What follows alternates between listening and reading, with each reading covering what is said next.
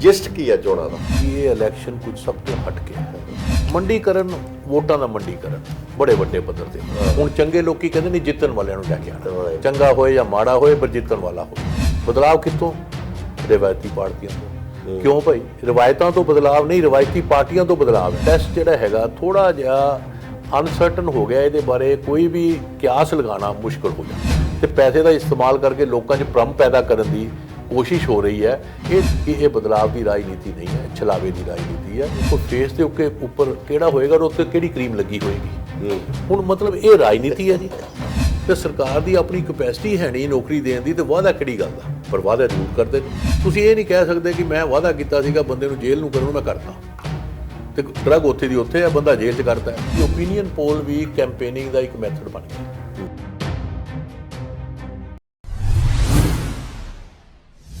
Babushahi Times ਸਭ ਦਾ ਸਵਾਗਤ ਹੈ।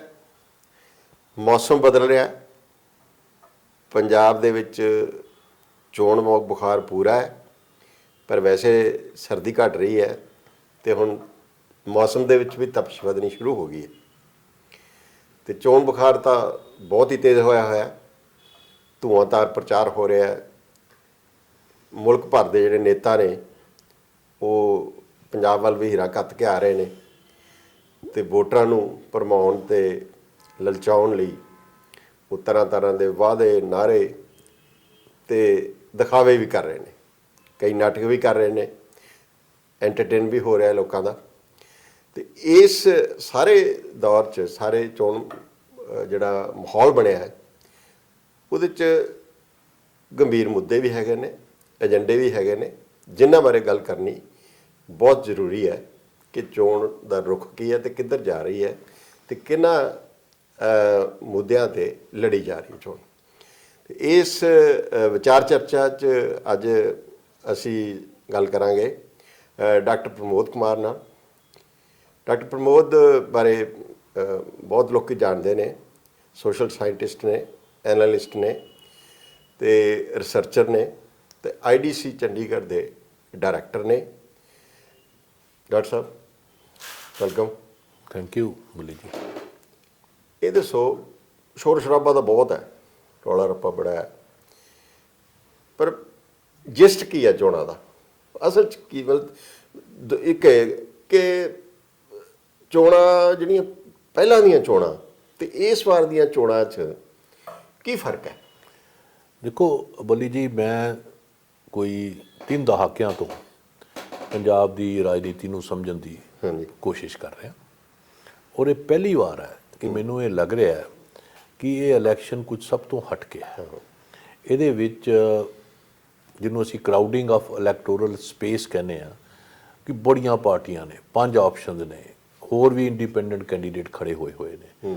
ਆਪਸ਼ਨ ਬੜੀਆਂ ਨੇ ਪਰ ਚੁਆਇਸ ਕੋਈ ਨਹੀਂ।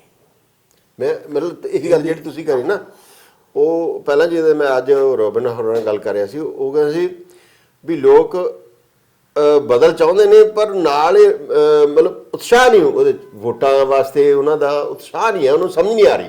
ਹਾਂ, ਉਹਦੇ 'ਚ ਇਹ ਹੈ ਕਿ ਵੀ ਜਦੋਂ ਤੁਹਾਡੇ ਕੋਲ ਚੁਆਇਸ ਨਹੀਂ ਹੈ ਪਰ ਚੁਆਇਸ ਦੇ ਨਾਂ 'ਤੇ ਕੁਝ ਫੇਕ ਪ੍ਰੋਡਕਟ ਜਿਹੜੇ ਮਾਰਕੀਟ 'ਚ ਆਉਂਦੇ ਨੇ, ਉਹ ਇੰਨਾ ਜ਼ਿਆਦਾ ਲੋਕਾਂ ਨੂੰ ਕੋਈ ਐਨਥਿਊਜ਼ ਨਹੀਂ ਕਰਦੇ। ਤੇ ਮੈਂ ਇਹ ਦੇਖ ਰਿਹਾ ਕਿ ਪਹਿਲੀ ਇਲੈਕਸ਼ਨ ਹੈ ਕਿ ਜਿਹੜੇ ਲੀਡਰ ਨੇ, ਨੇਤਾ ਨੇ, ਉਹ ਤਾਂ ਬੜਾ ਸ਼ੋਰ ਸ਼ਰਾਬਾ ਉਹਨਾਂ ਦਾ, ਬੜਾ ਕੰਮ ਕਰ ਰਹੇ ਨੇ, ਇੱਧਰ ਜਾ ਰਹੇ ਨੇ, ਇੱਕ ਪਾਰਟੀ ਜਾਂਦੇ ਨੇ, ਰਾਤ ਉੱਧਰ ਰਹਿ ਕੇ ਦੂਜੀ ਪਾਰਟੀ ਜਾ ਜਾਂਦੇ ਨੇ, ਬੜੀ ਮਿਹਨਤ ਕਰ ਰਹੇ ਨੇ। ਪਰ ਜਿਹੜੇ ਲੋਕ ਨੇ ਉਹ ਕੋਈ ਇਸ ਗੱਲ ਤੋਂ ਬਹੁਤੇ ਐਂਟਰਟੇਨ ਨਹੀਂ ਹੋ ਰਹੇ, ਬਹੁਤੇ ਜ਼ਿਆਦਾ ਖੁਸ਼ ਨਹੀਂ। ਉਹਦਾ ਇੱਕ ਕਾਰਨ ਵੀ ਹੈ। ਉਹਦਾ ਕਾਰਨ ਇਹ ਹੈ ਕਿ ਵੀ ਪਹਿਲੇ ਇੰਨੀ ਮਿਹਨਤ ਸ਼ਾਇਦ ਪਾਰਟੀਆਂ ਨੂੰ ਨਹੀਂ ਕਰਨੀ ਪੈਂਦੀ ਸੀ ਕਿ ਲੋਕ ਕਿਸੇ ਵਿਚਾਰਧਾਰਾ ਨਾਲ ਕਾਫੀ ਹੱਦ ਤੱਕ ਕੁਝ ਲੋਕ ਜੁੜੇ ਹੁੰਦੇ ਸੀ। ਠੀਕ ਹੈ। ਹੁਣ ਕਾਫੀ ਲੋਕ ਜਿਹੜੇ ਨੇ ਵਿਚਾਰਧਾਰਾ ਦਾ ਉਹਨਾਂ ਨੇ ਦੇਖ ਲਿਆ ਕਿ ਜੇ ਲੀਡਰ ਹੀ ਵਿਚਾਰਧਾਰਾ ਦੇ ਨਾਲ ਨਹੀਂ ਜੁੜੇ ਹੋਏ ਤੇ ਅਸੀਂ ਕਿਸ ਗੱਲ ਲਈ ਜੁੜੇ ਹੋਏ ਹਾਂ। ਔਰ ਮੈਂ ਇਹ 'ਚ ਤੁਹਾਨੂੰ ਇੱਕ ਲੀਡਰ ਤਾਂ ਰਾਤੋਂ ਰਾਤ ਪਾਲੇ ਬਦਲ ਜਾਂਦੇ ਨੇ। ਇਹ 'ਚ ਮੈਂ ਇੱਕ ਉਦਾਹਰਨ ਤੁਹਾਨੂੰ ਦੇ ਦਿੰਦਾ ਕਿ ਜਿਵੇਂ ਪਹਿਲੇ ਅਸੀਂ ਸਾਰੇ ਕਹਿੰਦੇ ਹੁੰਦੇ ਸੀ ਵੀ ਜਿਹੜੇ ਲੋਕ ਮਿਸ਼ਨਰੀ ਨੇ, ਕੰਮ ਕਰਦੇ ਨੇ, ਤੇ ਜੇ ਉਹਨੂੰ ਮੁਹਾਵਰਾ ਕਹੀਏ ਕਿ ਧਰਮ ਕੀ ਜੀਤ ਹੁੰਦੀ ਹੈ, ਜਿਹੜੇ ਲੋਕ ਕਮਿਟਡ ਆ ਉਹਨਾਂ ਦੀ ਜਿੱਤ ਹੋਏਗੀ। ਹੁਣ ਉਹ ਕਹਿੰਦੇ ਨਹੀਂ, ਜੀਤ ਹੀ ਧਰਮ ਹੈ, ਕਿ ਜਿੱਤੋ ਤੇ ਉਹੀ ਧਰਮ ਹੈ, ਵਿਨੇਬਿਲਿਟੀ। ਸੋ ਜਿਹੜਾ ਕੈਂਡੀਡੇਟ ਵਿਨੇਬਿਲਿਟੀ ਹੈ, ਜਿੱਤ ਕੇ ਲਿਆ ਸਕਦਾ ਹੈ, ਉਹੀ ਕੈਂਡੀਡੇਟ ਹੈ। ਤੇ ਇਹਦਾ ਮਤਲਬ ਇਹ ਆ ਵੀ ਲੋਕਾਂ 'ਚ ਕੰਮ ਕਰੋ ਨਾ ਕਰੋ, ਜੇ ਮੀਡੀਆ ਦੇ ਪ੍ਰਚਾਰ ਨਾਲ ਲੀਡਰ ਬਣਦੇ ਉੱਦਾਂ ਬਣ ਜਾਓ, ਜੋ ਮਰਜ਼ੀ ਤਰੀਕਾ ਬਣਾ ਕੇ ਲੀਡਰ ਬਣ ਜਾਓ, ਪੈਸਾ ਖਰਚ ਕੇ ਜਿਵੇਂ ਮਰਜ਼ੀ ਤੁਸੀਂ ਲੀਡਰ ਬਣ ਜਾਓ। ਤੋ ਇਹਨੂੰ ਵਿਨੇਬਿਲਿਟੀ ਕ੍ਰਾਈਟੇਰੀਆ, ਇਹ ਜਿਹੜਾ ਮੈਨੂੰ ਇੱਕ ਹੁਣ ਬਲੇਟੈਂਟ ਲੱਗਿਆ, ਜ਼ਿਆਦਾ ਹੀ ਉੱਭਰ ਕੇ ਅੱਗੇ ਆਇਆ। ਪਹਿਲੇ ਇੰਨਾ ਨਹੀਂ ਹੋਇਆ ਕਰਦਾ ਸੀ, ਫਿਰ ਵੀ ਇਸ ਵਾਰ ਤਾਂ ਬਹੁਤ ਜ਼ਿਆਦਾ ਹੈ। ਫਿਰ ਵੀ ਪਾਰਟੀਆਂ ਇੱਕ ਫਸਾਦ ਜਿਹਾ ਬਣਾ ਕੇ ਰੱਖਦੀਆਂ ਸੀ, ਇੱਕ ਚਿਹਰਾ ਜਿਹਾ ਵੀ ਅਸੀਂ ਨਹੀਂ ਚੰਗੇ ਲੋਕਾਂ ਨੂੰ ਲੈ ਕੇ ਆਉਣਾ। ਉਹ ਕੋਈ ਕਹਿੰਦੇ ਅਸੀਂ ਸੈਕੂਲਰ ਆ, ਕੋਈ ਕਹਿੰਦਾ ਸੀ ਅਸੀਂ ਇਹ, ਮਤਲਬ ਅਲੱਗ-ਅਲੱਗ ਉਹ ਆਪਣਾ ਰੱਖਦੇ ਸੀ ਵੀ ਸਾਡਾ ਫਰਕ ਹੈਗਾ ਵਾਕਿਆ ਉਹ ਚੰਗੇ ਲੋਕਾਂ ਨੂੰ ਲੈ ਕੇ ਆਣਾ।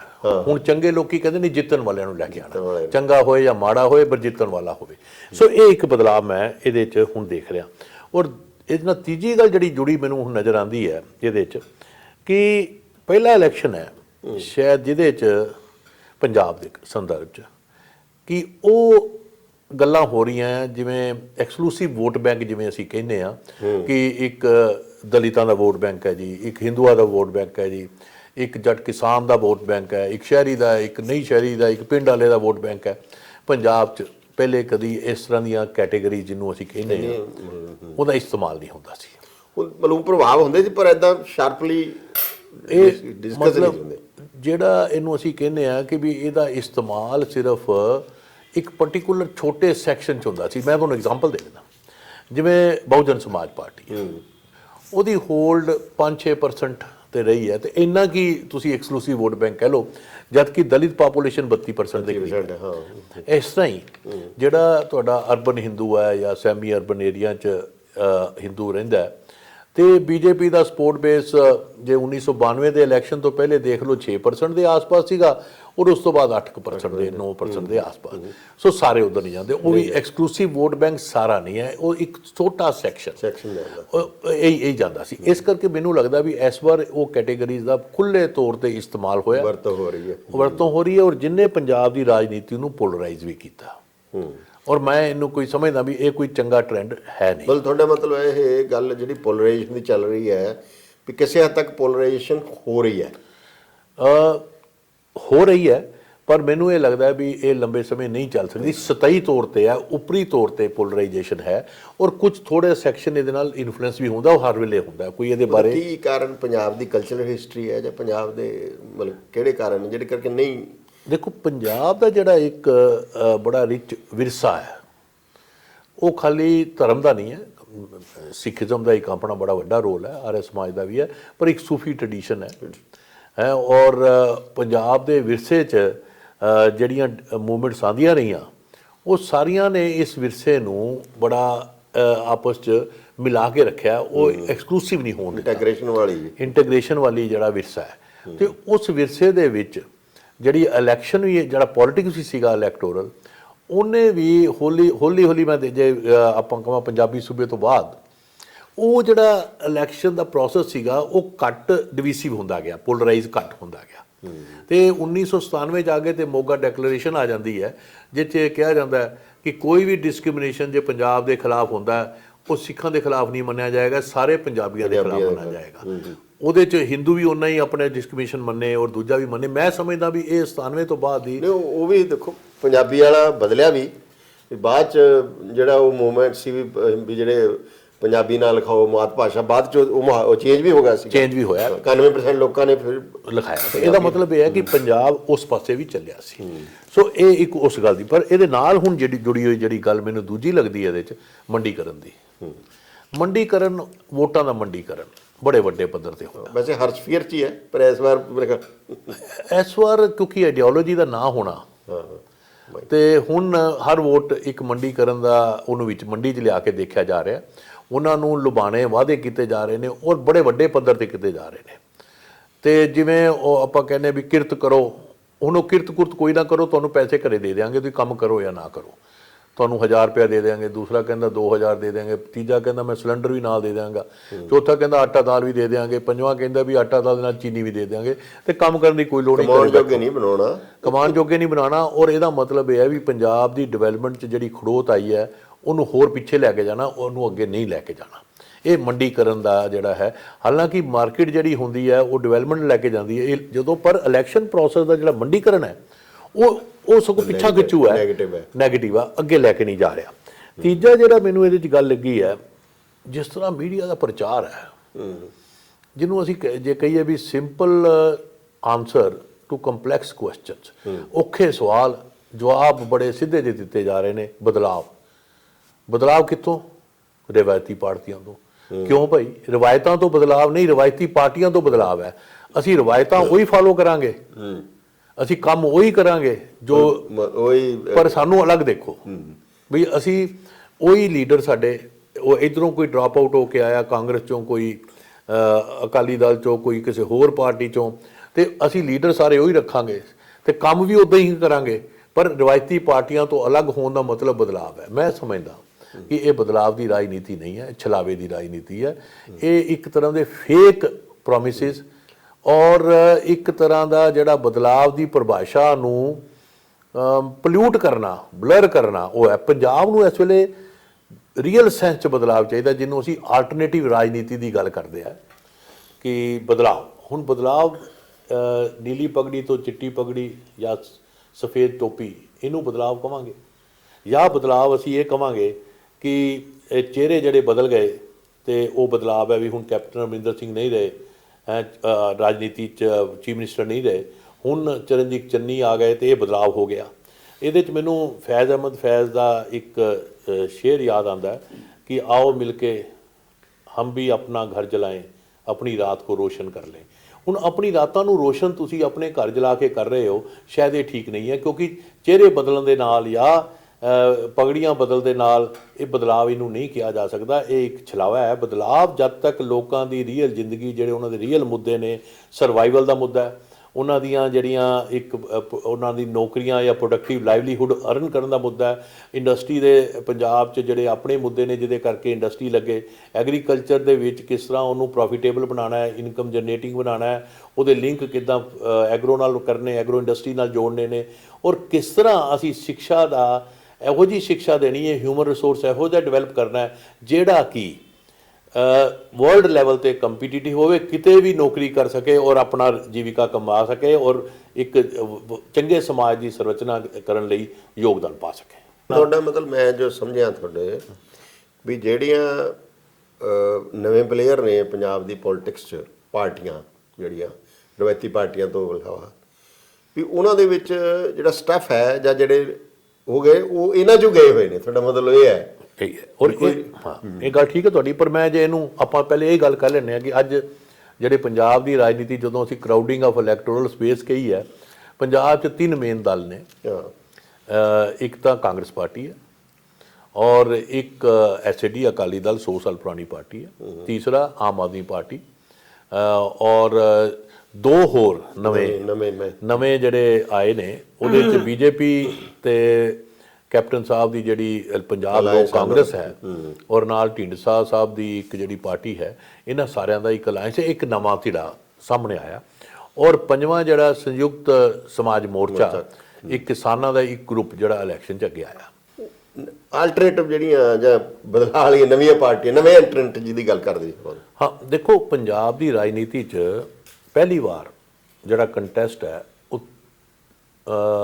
5 ਤਰੀ ਹੋ ਗਿਆ, ਟ੍ਰਾਈਐਂਗੂਲਰ ਹੈ। ਮੈਂ ਟ੍ਰਾਈਐਂਗੂਲਰ ਕਿਉਂ ਕਹਿ ਰਿਹਾ ਕਿ 3 ਤਾਂ ਮੇਨ ਪਾਰਟੀਆਂ ਬਿਲਕੁਲ ਇੱਕ ਦੂਜੇ ਦੇ ਨਾਲ ਕੰਟੈਸਟ 'ਚ ਨੇ। ਠੀਕ ਹੈ।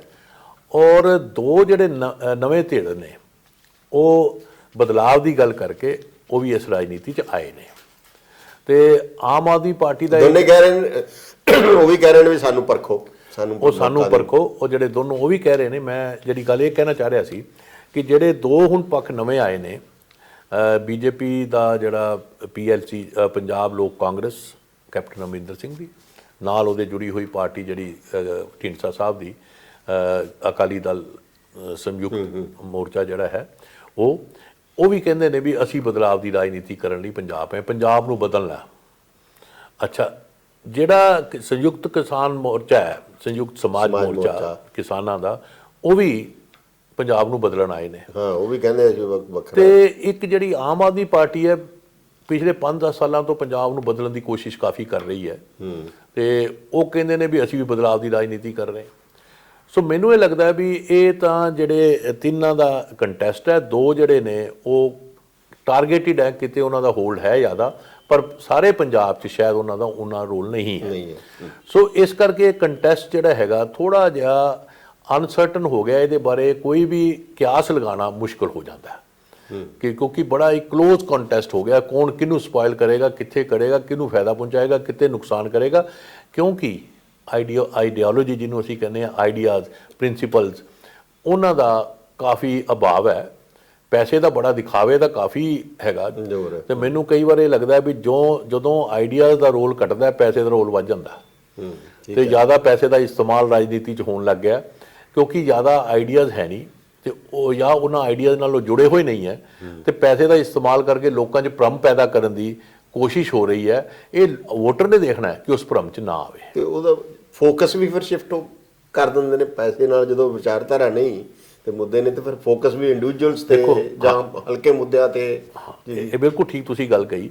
ਅਸੀਂ ਕਾਫੀ ਸਮੇਂ ਤੋਂ ਹੁਣ ਪਿੱਛੋਂ ਤੋਂ ਦੇਖ ਰਹੇ ਹਾਂ ਕਿ ਮਤਲਬ ਉਹ ਕਹਿੰਦੇ ਨੇ ਵੀ ਫੇਸ ਕਿਹੜਾ ਹੋਏਗਾ। ਹੁਣ ਦੇਖੋ ਫੇਸ ਦੇ ਉੱਪਰ ਕਿਹੜਾ ਹੋਏਗਾ ਔਰ ਉੱਤੇ ਕਿਹੜੀ ਕਰੀਮ ਲੱਗੀ ਹੋਏਗੀ। ਹੁਣ ਮਤਲਬ ਇਹ ਰਾਜਨੀਤੀ ਹੈ ਜੀ, ਵੀ ਤੁਸੀਂ ਰਾਜਨੀਤੀ ਦਾ ਇੱਕ ਉੱਥੇ ਪਹੁੰਚਾਤਾ ਸਾਨੂੰ ਕਿ ਜੀ ਚਿਹਰੇ ਬਦਲਨੇ ਆ, ਚਿਹਰੇ ਦੇ ਨਾਲ ਹੀ ਮੋਹਰੇ ਬਦਲ ਜਾਣਗੇ। ਇਦਾਂ ਨਹੀਂ ਹੋਇਆ ਕਰਦਾ, ਕਿਉਂਕਿ ਜੇ ਰਾਜਨੀਤੀ ਦੇ ਬਦਲਾਅ ਦੀ ਗੱਲ ਕਰਦੇ ਹੋ ਔਰ ਥੱਲੇ ਗ੍ਰਾਸ ਰੂਟ ਤੇ ਉਹੀ ਬੰਦੇ ਜਿਹੜੇ ਦੂਜੀਆਂ ਪਾਰਟੀਆਂ ਤੋਂ ਡਰਾਪ ਆਊਟ ਹੈ, ਤੇ ਫਿਰ ਤੁਸੀਂ ਕਹੋ ਜੀ ਅਸੀਂ ਬਦਲਾਅ ਦੀ ਰਾਜਨੀਤੀ ਕਰ ਰਹੇ ਹਾਂ, ਤੇ ਮੈਨੂੰ ਲੱਗਦਾ ਇਹ ਛਲਾਵਾ ਹੈ। ਕਿਉਂਕਿ ਪੰਜਾਬ ਨੂੰ ਇਸ ਵੇਲੇ ਇੱਕ ਬੜਾ ਸੀਰੀਅਸ ਆਲਟਰਨੇਟਿਵ ਦੀ ਲੋੜ ਹੈ, ਜਿਹਨੂੰ ਅਸੀਂ ਪੈਰਾਡਾਈਮ ਸ਼ਿਫਟ ਕਹਿੰਦੇ ਹਾਂ, ਕਿ ਉਸ ਡਿਵੈਲਪਮੈਂਟ ਦੀ ਪਾਥ ਦੇ ਵਿੱਚ ਸਟੇਟ ਨੇ ਆਪਣੇ ਆਪ ਨੂੰ ਐਮਪਾਵਰ ਕਰਨਾ ਹੈ, ਤੇ ਕੀ ਉਹ ਲੋਕਾਂ ਦੀ ਕਪੈਸਿਟੀ ਵਧਾ ਸਕੇ। ਹੁਣ ਸਟੇਟ ਇਹ ਕਹਿੰਦੀ ਹੈ ਘਰ ਘਰ ਨੌਕਰੀ ਦੇਵਾਂਗੇ, ਸਰਕਾਰ ਕਹਿੰਦੀ ਹੈ।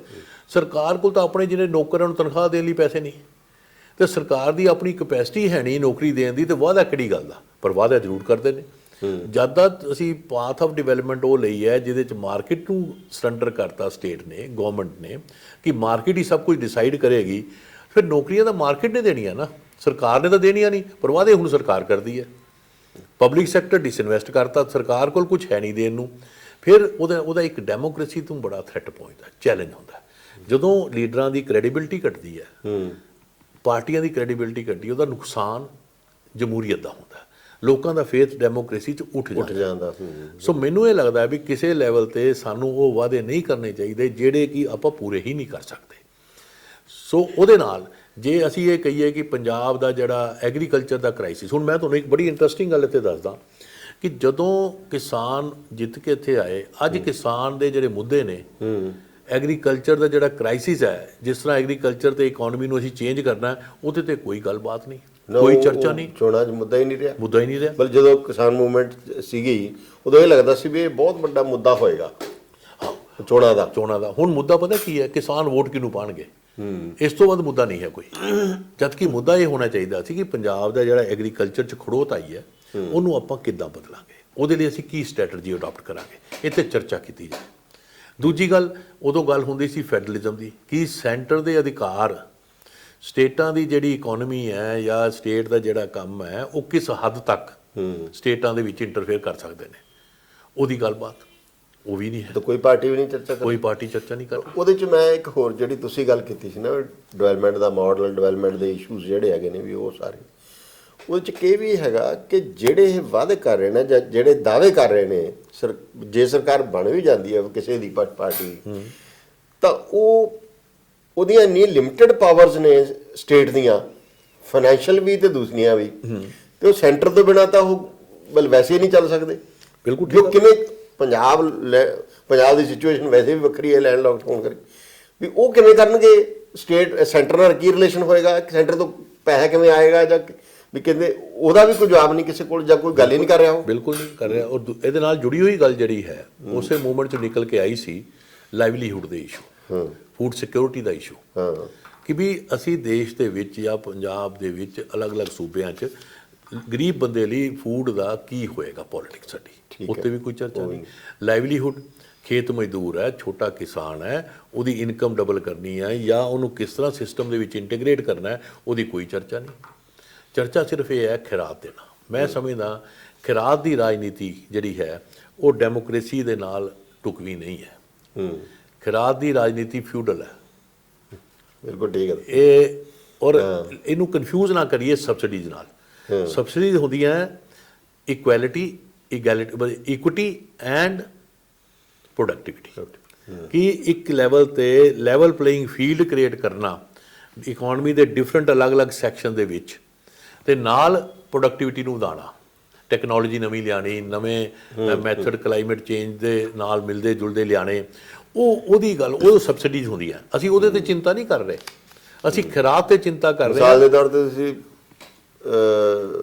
ਡ੍ਰਿਪ ਇਰੀਗੇਸ਼ਨ ਵਿੱਚ ਸਬਸਿਡੀ ਦਿੰਦੇ ਹੋ, ਤੁਸੀਂ ਉਹ ਲਾਓ ਤੇ ਉਹਦੇ ਨਾਲ ਪ੍ਰੋਡਕਟਿਵਿਟੀ ਵਧੇਗੀ। ਹਾਂ, ਇਹ ਕਹਿਣ ਦਾ ਮੇਰਾ ਭਾਵ ਹੈ। ਤੇ ਇਹਦਾ ਮਤਲਬ ਇਹ ਹੈ ਕਿ ਜਿਹੜਾ ਫਿਊਡਲਿਜ਼ਮ ਹੈ ਉਹਨੂੰ ਅਸੀਂ ਦੁਬਾਰਾ ਆਪਣੇ ਕੈਪੀਟਲਿਜ਼ਮ ਦਾ ਜਿਹੜਾ ਸਾਡਾ ਕ੍ਰਾਈਸਿਸ ਹੈ ਉਹਨੂੰ ਮੀਟ ਕਰਨ ਲਈ ਫਿਊਡਲਿਜ਼ਮ ਲਿਆ ਰਹੇ ਹਾਂ, ਜਿਹਨੂੰ ਮੈਂ ਕਹਿੰਦਾ ਵੀ ਅਸੀਂ ਫਿਊਡਲ ਹੈਗੇ ਆਪਣੇ ਐਟੀਟਿਊਡ 'ਚ ਤੇ ਕੈਪੀਟਲਿਸਟ ਹੈਗੇ ਆ ਪ੍ਰੈਕਟਿਸ 'ਚ ਕਿ ਪ੍ਰੋਫਿਟ ਕਿਹੜੀ ਵੀ ਕਿਸੇ ਵੀ ਤਰੀਕੇ ਨਾਲ ਕਮਾ ਲੈਣਾ, ਜੋ ਮਰਜ਼ੀ ਰੂਲ ਹੈ ਸਭ ਵਾਇਲੇਟ ਕਰਨੇ ਨੇ। ਤੇ ਪੋਟੈਂਸ਼ੀਅਲ ਸੋਸ਼ਲਿਸਟ ਨੇ, ਅਸੀਂ ਗਰੀਬਾਂ ਦਾ ਧਿਆਨ ਕਰ ਰਹੇ ਹਾਂ ਖੁਰਾਕਾਂ ਦੇ ਕੇ। ਜੇ ਖੁਰਾਕ ਦੇਵਾਂਗੇ, ਕੱਲ ਨੂੰ ਤੁਹਾਡੇ ਕੋਲ ਪੈਸੇ ਨਹੀਂ ਖੁਰਾਕ ਦਿੰਦੇ ਤੇ ਗਰੀਬ ਕੀ ਕਰੂਗਾ? ਪੈਸੇ ਕਮਾ ਨਹੀਂ ਸਕਦਾ। ਤੇ ਮੈਂ ਸਮਝਦਾ ਕਮਾਉਣ ਜੋਗੇ ਨਹੀਂ ਉਹਨਾਂ ਨੂੰ ਬਣਾ ਰਹੇ। ਅੱਛਾ, ਫਿਰ ਤੁਸੀਂ ਕਹਿੰਦੇ ਹੋ ਵੀ ਸਿੱਖਿਆ ਅਸੀਂ ਬੜੇ ਵਧੀਆ ਸਕੂਲ ਬਣਾ ਦਾਂਗੇ। ਵੀ ਵਧੀਆ ਸਕੂਲ ਤੋਂ ਬਣਾ ਦੋਗੇ, ਜੇ ਐਕਸੈਸ ਹੀ ਨਹੀਂ ਹੋਊਗਾ ਲੋਕਾਂ ਦਾ, ਇਨਕਮ ਹੀ ਨਹੀਂ ਵਧੇਗੀ, ਉਹ ਸਕੂਲ ਕਿੱਦਾਂ ਜਾਣਗੇ? ਇਹ ਸਾਰੇ ਮੁੱਦੇ ਮੈਨੂੰ ਲੱਗਦਾ ਇੱਕ ਜਿਹੜਾ ਸੋਸ਼ਲ ਸਿਕਿਉਰਿਟੀ ਦਾ ਮੁੱਦਾ ਮਤਲਬ ਇਹ ਲੈਂਦੇ ਆ ਉਹ ਵੀ ਅਸੀਂ ਤਾਂ ਸੋਸ਼ਲ ਸਿਕਿਉਰਿਟੀ ਦੇ ਰਹੇ ਹਾਂ ਜਦੋਂ ਅਸੀਂ ਪੈਨਸ਼ਨ ਦੀ ਗੱਲ ਕਰ ਰਹੇ ਹਾਂ ਜਾਂ ਹੋਰ ਬੁਢਾਪਾ ਪੈਨਸ਼ਨ ਦੂਜੇ ਤੀਜੇ ਉਹ ਕਿਵੇਂ ਰਿਜ਼ੋਲਵ ਹੁੰਦਾ? ਉਹ ਦੇਖੋ ਗੱਲ ਇਹ ਹੈ, ਖੈਰਾਤ ਤੇ ਸਬਸਿਡੀਜ਼ ਹੁਣ ਜਾਂ ਸੋਸ਼ਲ ਸਿਕਿਉਰਿਟੀ ਜਿਹੜੀ ਹੈਗੀ ਹੈ ਉਹ ਖੈਰਾਤ ਨਹੀਂ ਹੁੰਦੀ। ਤੁਸੀਂ ਉਹ ਦਿੰਦੇ ਹੋ ਟੂ ਸਪੋਰਟ ਸੋ ਦੈਟ ਵੀ ਉਹਦੇ ਨਾਲ ਜਿਹੜਾ ਉਹ ਪਰਿਵਾਰ ਹੈ ਉਹ ਸਿਸਟਮ ਦੇ ਨਾਲ ਇੰਟੀਗ੍ਰੇਟ ਹੋ ਜਾਏ ਤੇ ਉਹਦੀ ਜਿਹੜੀ ਪਰਿਵਾਰ ਦੀ ਇਨਕਮ ਹੈ ਉਹਦੇ 'ਚ ਹੀ ਬੜਾਵਾ ਹੋਵੇ। ਤੇ ਖਾਲੀ ਇਹ ਨਹੀਂ ਕਿ ਸਰਕਾਰ ਹੀ ਉਹ ਕਰ ਰਹੀ, ਫਿਰ ਸਰਕਾਰ ਉਹਦੀ ਕਪੈਸਿਟੀ ਵਧਾਵੇ, ਸਪੋਰਟ ਕਰੇ ਉਹਨੂੰ ਇਨੀਸ਼ੀਅਲੀ ਸੋ ਦੈਟ ਉਹ ਪਰਿਵਾਰ ਦੀ ਇਨਕਮ ਵਧੇ। ਉਹਦੇ ਬਾਰੇ ਸੋਚ ਨਹੀਂ ਆ। ਆਪਾਂ ਇਹ ਕਹਿ ਰਹੇ ਹਾਂ ਵੀ ਉਹਦੇ ਬਾਰੇ ਕੋਈ ਹੋਰ ਮਾਡਲ ਦੀ ਗੱਲ ਨਹੀਂ। ਪਰ ਇੱਥੇ ਤਾਂ ਨੀਲੇ ਕਾਰਡ ਵਾਲਿਆਂ ਦੀ ਤੇ ਉਹਨਾਂ ਦੀ ਗਿਣਤੀ ਵੱਧਦੀ ਜਾਂਦੀ ਹੈ। ਦੇਖੋ ਪੰਜਾਬ ਦੇ ਵਿੱਚ ਜਿਹੜੀ ਗਰੀਬੀ ਹੈ ਉਹ 8% ਤੋਂ ਘੱਟ ਹੈ ਤੇ ਫ੍ਰੀ ਬਿਜਲੀ, ਫ੍ਰੀ ਪਾਣੀ, ਇਹ ਉਹੀ ਉਸ ਸਟੇਟਾਂ ਦੀ ਕਹਾਣੀਆਂ ਨੇ ਜਿਨ੍ਹਾਂ ਦੇ ਵਿੱਚ ਪਾਵਰਟੀ ਲੈਵਲ ਜ਼ਿਆਦਾ ਨੇ। ਪੰਜਾਬ 'ਚ ਜਿਹੜਾ ਗਰੀਬ ਹੈ ਉਹਨੂੰ ਅਸੀਂ ਚੰਗੀ ਸਿੱਖਿਆ ਦੇਈਏ, ਉਹਦੀ ਕਪੈਸਿਟੀ ਵਧਾਈਏ, ਸਕਿੱਲ ਦੇਈਏ, ਅੱਗੇ ਨੌਕਰੀ ਦੇ ਕਾਬਲ ਕਰੀਏ। ਪੰਜਾਬ ਦੇ ਵਿੱਚ ਇਹ ਸੋਚ ਦੀ ਲੋੜ ਹੈ। ਤੇ ਮੈਂ ਸਮਝਦਾ ਵੀ ਜਿਹੜਾ ਡੋਲਸ ਹੈ, ਅੱਛਾ ਇਹਦੇ ਨਾਲ ਹੋਰ ਸੁਣੋ, ਦੇਖੋ ਹੋਰ ਇੰਟਰਸਟਿੰਗ ਗੱਲ, ਡੋਲ ਤੇ ਡੇਰਾਸ ਤੇ ਡਰੱਗਸ, ਇਹ ਤਿੰਨ ਜਿਹੜੇ ਨੇ, ਡੋਲ ਦੀ ਤਾਂ ਆਪਾਂ ਗੱਲ ਕਰ ਲਈ, ਹੁਣ ਆ ਗਈ ਗੱਲ ਡਰੱਗਸ ਦੀ, ਡੇਰੇ ਦੀ। ਵੀ ਜੇ ਅਸੀਂ ਪਰਫਾਰਮੈਂਸ ਸਾਡੀ ਮਾੜੀ ਹੈ, ਐਂਟੀ ਇਨਕੰਬੈਂਸੀ ਜ਼ਿਆਦਾ ਹੈ, ਲੋਕ ਸਾਡੇ ਨਾਲ ਨਹੀਂ ਜੁੜਦੇ, ਤੇ ਅਸੀਂ ਡੇਰਿਆਂ ਨੂੰ ਕਹਿਣਾ ਵੀ ਤੁਹਾਡੇ ਨਾਲ ਲੋਕ ਜੁੜੇ ਹੋਏ ਨੇ ਕਿਉਂਕਿ ਤੁਸੀਂ ਕਈ ਪਰਿਵਾਰਾਂ ਨੂੰ ਸ਼ਰਾਬ ਪੀਣੋਂ ਹਟਾਤਾ, ਕਈ ਪਰਿਵਾਰਾਂ ਨੂੰ ਤੁਸੀਂ ਚੰਗੇ ਕੰਮ ਲਾ ਲਿਆ ਤੇ ਹੁਣ ਤੁਹਾਡੀ ਗੁੱਡਵਿਲ ਹੈਗੀ ਹੈ ਤੇ ਉਹ ਟ੍ਰਾਂਸਫਰ ਸਾਨੂੰ ਕਰ ਦਿਓ। ਅਸੀਂ ਪਰਫਾਰਮੈਂਸ ਨਹੀਂ ਦੇਣੀ ਚੰਗੀ, ਪਰਫਾਰਮੈਂਸ ਜੋ ਤੁਸੀਂ ਕਰਨਾ ਉਹਦੀ ਸਾਨੂੰ ਟ੍ਰਾਂਸਫਰ ਕਰ ਦਿਓ। ਤੇ ਉਹ ਡੇਰਾ ਜਿਹੜਾ ਹੈ ਵੋਟਸ ਨੂੰ ਟ੍ਰੇਡ ਕਰਨ ਲੱਗ ਜਾਂਦਾ, ਇਟਸ ਟ੍ਰੇਡਿੰਗ। ਤੇ ਉਸ ਫੇਥ ਦਾ ਫਾਇਦਾ ਉਠਾ ਕੇ ਲੋਕਾਂ ਨੂੰ ਕਹਿੰਦੇ ਵੀ ਉਹਨਾਂ ਨੂੰ ਵੋਟ ਦੇ ਦਿਓ। ਇਹ ਇੱਕ ਆਸਾਨ ਰਸਤਾ ਲੱਭ ਲਿਆ ਗਿਆ ਨਾਨ ਪਰਫਾਰਮੈਂਸ ਦਾ ਕਿ ਜੇ ਮੇਰੀ ਪਰਫਾਰਮੈਂਸ ਚੰਗੀ ਹੋਏਗੀ ਮੈਨੂੰ ਕਿਸੇ ਦੀ ਲੋੜ ਨਹੀਂ। ਪਰ ਅਸੀਂ ਇਹ ਡੇਰਿਆਂ ਦਾ, ਤੇ ਉਹਦੇ ਨਾਲ ਕੀ ਹੁੰਦਾ ਹੈ ਕਿ ਜਿਹੜਾ ਡੇਰਿਆਂ ਦਾ ਇੱਕ ਆਪਣਾ ਜਿਹੜਾ ਰੋਲ ਹੈ ਸਮਾਜ 'ਚ, ਉਹਦੇ ਤੇ ਵੀ ਕਿਤੇ ਨਾ ਕਿਤੇ ਕਿੰਤੂ ਪਰੰਤੂ ਹੋ ਜਾਂਦਾ ਹੈ। ਉਹਨਾਂ ਦਾ ਆਪਣਾ ਇੱਕ ਰੋਲ ਹੈ, ਉਹਨੂੰ ਪਰਫਾਰਮ ਕਰਨ, ਸਾਨੂੰ ਕੋਈ ਇਤਰਾਜ਼ ਨਹੀਂ। ਤੇ ਹੁਣ ਆ ਗਿਆ ਡਰੱਗਸ ਦਾ ਮੁੱਦਾ। ਡਰੱਗਸ ਨੂੰ ਘੱਟ ਕਰਨ ਦੀ ਬਜਾਏ ਇੱਕ ਦੂਜੇ ਨੂੰ ਬਲੇਮ ਗੇਮ ਕਰਕੇ ਵੀ ਤੁਸੀਂ ਮੈਨੀਫੈਸਟੋ 'ਚ ਪਾ ਰਹੇ ਵੀ ਅਸੀਂ ਬੰਦੇ ਅੰਦਰ ਕਰਨੇ ਆ, ਤੇ ਉਹਦੇ ਨਾਲ ਤੁਸੀਂ ਇਹ ਨਹੀਂ ਕਹਿੰਦੇ ਵੀ ਅਸੀਂ ਇਨਸਾਫ ਦੇਣਾ। ਹੁਣ ਜਸਟਿਸ ਦੇਣਾ ਤਾਂ ਉਹਦਾ ਇੱਕ ਸਿਸਟਮ ਹੈ, ਉਹਦਾ ਇੱਕ ਪ੍ਰੋਸੈਸ ਹੈ, ਉਹ 'ਚ ਜਸਟਿਸ ਦਿਓ। ਤੁਸੀਂ ਇਹ ਨਹੀਂ ਕਹਿ ਸਕਦੇ ਕਿ ਮੈਂ ਵਾਅਦਾ ਕੀਤਾ ਸੀਗਾ ਬੰਦੇ ਨੂੰ ਜੇਲ੍ਹ ਨੂੰ ਕਰਨ ਨੂੰ, ਮੈਂ ਕਰਤਾ, ਤੇ ਡਰੱਗ ਉੱਥੇ ਦੀ ਉੱਥੇ ਹੈ, ਬੰਦਾ ਜੇਲ੍ਹ 'ਚ ਕਰਤਾ ਹੈ। ਹੁਣ ਅਸੀਂ ਡਰੱਗ ਦਾ ਪ੍ਰੋਬਲਮ ਨੂੰ ਸੋਲਵ ਕਰਨਾ, ਨਾ ਕਿ ਡਰੱਗ ਦੇ ਨਾਂ 'ਤੇ ਆਪਣੀ ਰਾਜਨੀਤਿਕ ਸਕੋਰ ਸੈਟਲ ਕਰਨੇ ਨੇ। ਅਸੀਂ ਇਹਨੂੰ ਪੋਲੀਟੀਕਲ ਬਲੇਮ ਗੇਮ ਜਿਹੜੀ ਹੈ, ਇਹ 'ਚ ਲੋਕੀ ਵੀ ਸ਼ਾਇਦ ਇਹ ਗੱਲ ਨੂੰ ਦੇਖ ਕੇ ਤੰਗ ਆ ਰਹੇ, ਉਹਨਾਂ ਨੂੰ ਸਮਝ ਆ ਰਹੀ ਹੈ ਕਿ ਇਹ ਪੋਲੀਟੀਕਲ ਬਲੇਮ ਗੇਮ ਦੇ ਵਿੱਚ ਰੀਅਲ ਇਸ਼ੂ ਤਾਂ ਉੱਥੇ ਹੀ ਨੇ। ਡਰੱਗ ਵੀ ਉੱਥੇ ਹੀ ਹੈ, ਗਰੀਬੀ ਵੀ ਉੱਥੇ ਹੈ, ਇਨਇਕੁਐਲਿਟੀ ਵੀ ਉੱਥੇ ਹੈ, ਨੌਕਰੀਆਂ ਵੀ ਲੋਕਾਂ ਨੂੰ ਨਹੀਂ ਮਿਲਦੀਆਂ, ਸਭ ਕੁਝ ਉੱਥੇ ਹੈ। ਪਰ ਇਹ ਸਾਰੇ ਆਪਸ 'ਚ ਲੜ ਕੇ ਸਾਡਾ ਕਰ ਰਹੇ। ਇਹ ਮੈਂ ਲੋਕਾਂ ਅੱਗੇ ਚੈਲੰਜ ਹੈ ਇਸ ਚੀਜ਼ ਦਾ, ਔਰ ਲੋਕੀ ਸ਼ਾਇਦ ਇਸ ਚੈਲੰਜ ਨੂੰ ਸਮਝ ਰਹੇ ਨੇ ਤੇ ਸ਼ਾਇਦ ਸਮਝ ਵੀ ਜਾਣਗੇ। ਜੇ ਨਹੀਂ ਸਮਝੇ ਤੇ ਸ਼ਾਇਦ ਇਲੈਕਸ਼ਨ ਤੋਂ ਬਾਅਦ ਸਮਝ ਜਾਣਗੇ। ਤੇ ਕਿਸੇ ਵੀ ਪੱਧਰ 'ਤੇ ਮੈਨੂੰ ਲੱਗਦਾ ਵੀ ਇਹ ਇਲੈਕਸ਼ਨ ਜਿਹੜਾ ਹੈਗਾ ਇਹੋ ਜਿਹੇ ਵੱਡੇ ਚੈਲੰਜ ਲੈ ਕੇ ਆਇਆ ਡੈਮੋਕ੍ਰੇਸੀ ਲਈ ਔਰ ਪੰਜਾਬ ਲਈ, ਔਰ ਪੰਜਾਬ ਦੇ ਲੋਕਾਂ ਨੂੰ ਇਸ ਵੇਲੇ ਸੋਚਣਾ ਪੈਣਾ ਵੀ ਕੀ ਕਰਨਾ। ਤੇ ਪਰ ਇਹ ਜਿਹੜਾ ਹੁਣ ਮਤਲਬ ਇੱਕ ਤਾਂ ਹੋ ਗਈ ਇਸ ਵੇਲੇ ਇਲੈਕਸ਼ਨ ਲੜੀ ਜਾ ਰਹੀ ਹੈ, ਸਾਹਮਣੇ ਜੋ ਕੁਝ ਦਿਸਦਾ ਹੈ, ਪ੍ਰਚਾਰ ਹੋ ਰਿਹਾ, ਪਰ ਇੱਕ ਹੁੰਦਾ ਹੈ ਕਿ ਪਾਰਟੀਆਂ ਦੀ ਨਜ਼ਰ ਹੁੰਦੀ ਹੈ ਵੀ ਆਊਟਕਮ ਤੇ, ਆਊਟਕਮ ਕੀ ਨਿਕਲਣੇ ਤੋਂ ਬਾਅਦ ਕੀ ਹੋਣਾ। ਤੇ ਕਈ ਵਾਰ ਇਹ ਹੁੰਦਾ ਹੈ ਕਿ ਜਿਹੜੀਆਂ ਮਤਲਬ ਹਫਤਾ ਪਹਿਲਾਂ ਪਹਿਲਾ ਹਫਤਾ ਪਹਿਲਾਂ ਹੋਰ ਤਰ੍ਹਾਂ ਮਾਹੌਲ ਹੁੰਦਾ ਹੈ, ਤੇ ਜਦੋਂ ਵੋਟਾਂ ਭੁਗਤਾਉਣੀਆਂ ਹੁੰਦੀਆਂ ਨੇ ਜੋੜ ਤੋੜ, ਫਿਰ ਜਿਹੜੀ ਅਸਲ ਜਿਹੜੀ ਚੋਣ ਹੈ ਅਰਿਥਮੈਟਿਕ ਜਦੋਂ ਬਣਦਾ ਹੈ ਵੀ ਕਿਹੜੀ ਸੀਟ ਤੇ ਕੌਣ, ਕਿਹੜੀ ਸੀਟ ਤੇ ਕੌਣ, ਕਿਹੜੀ ਪਾਇਲ ਨਹੀਂ, ਤੁਹਾਨੂੰ ਐਵੇਂ ਲੱਗਦਾ ਵੀ ਕੋਈ ਜਿਹੜੇ ਪੋਸਟ ਪੋਲ ਅਲਾਇੰਸ ਨੂੰ ਧਿਆਨ 'ਚ ਰੱਖ ਕੇ ਵੀ ਜੋੜ ਤੋੜ ਹੁੰਦੇ ਨੇ। ਜੇ ਆਪਾਂ ਇਹ ਮੰਨੀਏ, ਜੋ ਚਰਚਾ ਇਹ ਹੈ ਜਿਹਦੇ ਵਿੱਚ ਤੁਸੀਂ ਵੀ ਕਿਹਾ ਵੀ ਕੰਟੈਸਟ ਹੈਗਾ, ਕਲੀਅਰ ਨਹੀਂ ਹੈ ਵੀ ਜੇ ਅੰਗ ਅਸੈਂਬਲੀ ਵਾਲਾ ਸੀਨ ਸਾਹਮਣੇ ਆਉਂਦਾ ਜੇ ਤਾਂ ਫਿਰ ਉਹਦੇ 'ਚ ਫਿਰ ਤਾਂ ਇਹਦਾ ਮਤਲਬ ਬਾਅਦ 'ਚ ਨਜ਼ਰ ਹੋਏਗੀ ਸਭ ਦੀ। ਹਾਂ ਨਹੀਂ ਬਿਲਕੁਲ, ਦੇਖੋ ਇਸ ਇਲੈਕਸ਼ਨ 'ਚ ਨਾ ਇਹ ਜਿਹੜੇ ਅਲਾਇੰਸੀ ਤੇ ਕੰਟੈਕਟ ਦੋ ਗੱਲਾਂ ਮੈਂ ਕਹਿ ਦੇਣਾ ਚਾਹੁੰਦਾ। ਪਹਿਲੀ ਗੱਲ ਤਾਂ ਇਸ ਵਾਰ ਜਿਹੜੀ ਅਲਾਇੰਸ ਹੋਈਆਂ ਉਹ ਬਿਲਕੁਲ ਨਵੀਆਂ ਅਲਾਇੰਸਿਸ ਹੈ। ਹਾਂ, ਅਕਾਲੀ ਬੀਐਸਪੀ ਵੀ ਨਵੇਂ, ਅਕਾਲੀ ਬੀਐਸਪੀ ਨਵੇਂ 1996 ਤੋਂ ਬਾਅਦ ਹਾਂ ਇਹ ਹੁਣ ਪਹਿਲੀ ਵਾਰ ਦੁਬਾਰਾ ਮਤਲਬ ਹੋਇਆ ਹੈ। ਔਰ ਬੀਜੇਪੀ ਵੀ ਨਵੀਂ ਇੱਕ ਅਲਾਇੰਸ 'ਚ ਗਈ ਹੈ, ਬਿਲਕੁਲ ਨਵਾਂ ਉਹਨਾਂ ਦਾ ਇੱਕ ਔਰ ਪੈਨ ਪੰਜਾਬ ਪਹਿਲੀ ਵਾਰੀ ਉਹ ਪਹਿਲੀ ਵਾਰ ਇਲੈਕਸ਼ਨ ਲੜ ਰਹੇ ਨੇ। ਔਰ ਇਹਦੇ ਨਾਲ ਜਿਹੜੀ ਪੰਜਾਬ ਦੀ ਜਿਹੜੀ ਆਰਕੀਟੈਕਚਰ ਹੈ ਇਲੈਕਸ਼ਨ ਦੀ, ਉਹਦੇ ਵਿੱਚ ਹੋਰ ਵੀ ਕਈ ਨਵੇਂ ਫੈਕਟਰ, ਜਿੱਦਾਂ ਕਿ ਵੀ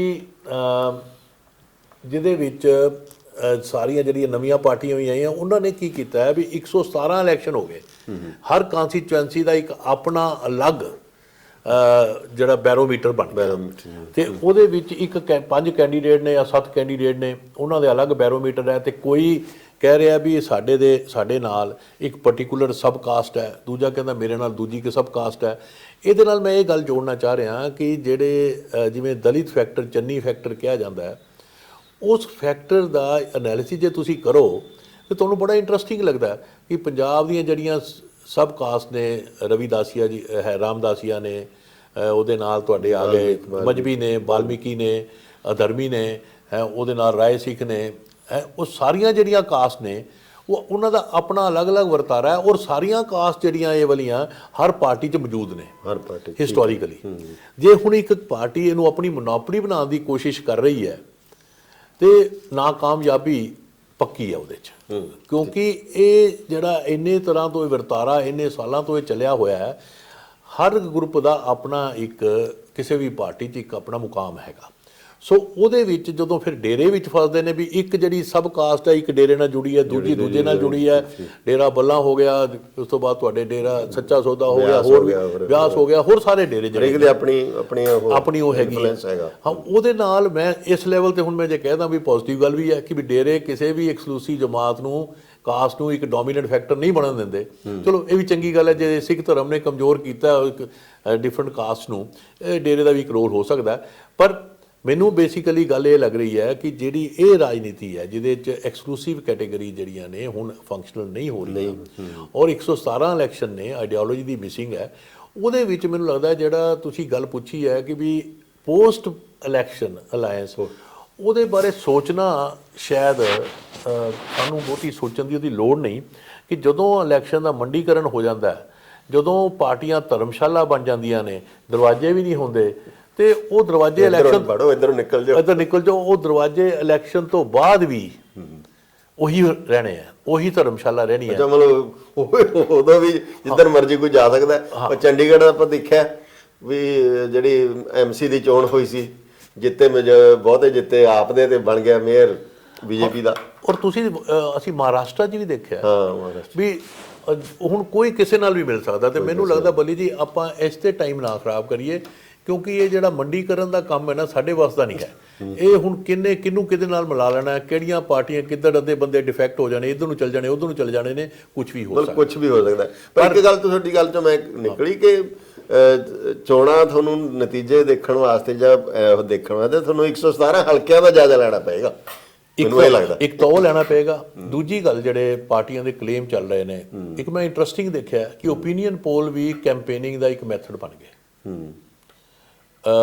ਆਪੇ ਹੀ ਮੈਨੇਜ ਕਰੋ ਓਪੀਨੀਅਨ ਪੋਲ, ਆਪੇ ਹੀ ਉਹਨੂੰ ਬ੍ਰੌਡਕਾਸਟ ਕਰੋ, ਆਪੇ ਹੀ ਲੋਕਾਂ ਤੱਕ ਉਹਨੂੰ ਪਹੁੰਚਾਓ, ਆਪੇ ਹੀ ਸਾਰਾ ਕੰਮ ਇਹ ਕਰੋ। ਸੋ ਤੁਸੀਂ ਓਪੀਨੀਅਨ ਪੋਲ ਨੂੰ ਵੀ ਕੈਂਪੇਨਰ ਦਾ ਟੂਲ ਮੰਨ ਲਿਆ। ਔਰ ਲੋਕ ਵੀ ਸ਼ਾਇਦ ਵਾਈਜ਼ ਨੇ, ਪਰ ਥੋੜ੍ਹੀ ਦੇਰ ਲਈ ਸੋਚਦੇ ਨੇ, ਪਰ ਇਹ ਇੱਕ ਨਵੀਂ ਜਿਹੜੀ ਟ੍ਰੈਂਡ ਇੱਕ ਵਾਰੀ ਦਾ ਅਸਰ ਪੈ ਜਾਂਦਾ। ਅਸਰ ਪੈ ਜਾਂਦਾ ਇੱਕ ਵਾਰ। ਸੋ ਮੈਨੂੰ ਇਹ ਲੱਗਦਾ ਵੀ ਇਹਦੇ ਵਿੱਚ ਜਿਹੜੀ ਹੈ ਹੰਗ ਦਾ ਜਿਹੜੀ ਸਿਚੁਏਸ਼ਨ ਨਜ਼ਰ ਆਉਂਦੀ ਹੈ, ਜੇ ਅਸੀਂ ਇੱਕ ਕਿਆਸ ਲਾਈਏ ਕਿ ਪੰਜਾਬ ਦੇ ਵਿੱਚ ਹੰਗ ਅਸੈਂਬਲੀ ਆ ਸਕਦੀ ਹੈ।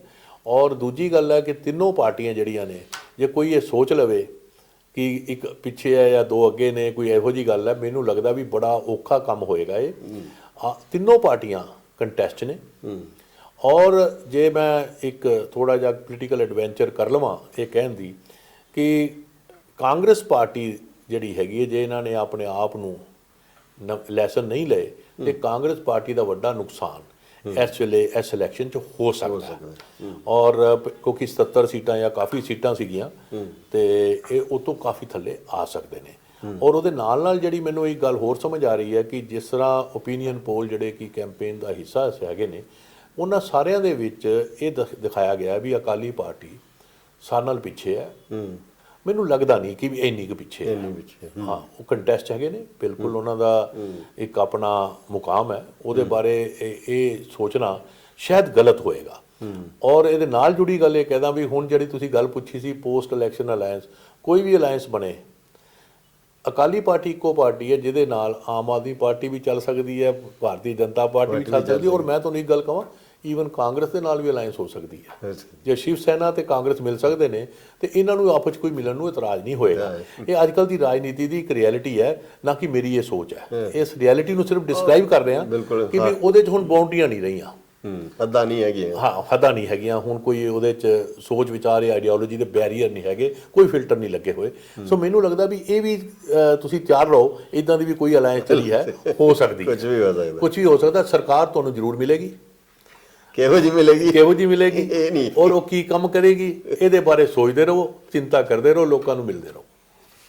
ਲਓ ਜੀ, ਡਾਕਟਰ ਸਾਹਿਬ ਨੇ ਕਨਕਲੂਡ ਕਰਦੇ ਵੀ ਸਰਕਾਰ ਤਾਂ ਮਿਲੇਗੀ, ਕਿਹੋ ਜਿਹੀ ਮਿਲੇਗੀ ਤੇ ਕਿਸ ਤਰ੍ਹਾਂ ਦੀ ਉਹਦੇ 'ਚ ਇੱਕ ਪਾਰਟੀ ਦੀ ਹੋਈ ਮਲਗੋਬਾ ਹੋਏਗਾ, ਇਹ ਅਜੇ ਨਹੀਂ ਕਹਿ ਸਕਦੇ ਤੁਸੀਂ।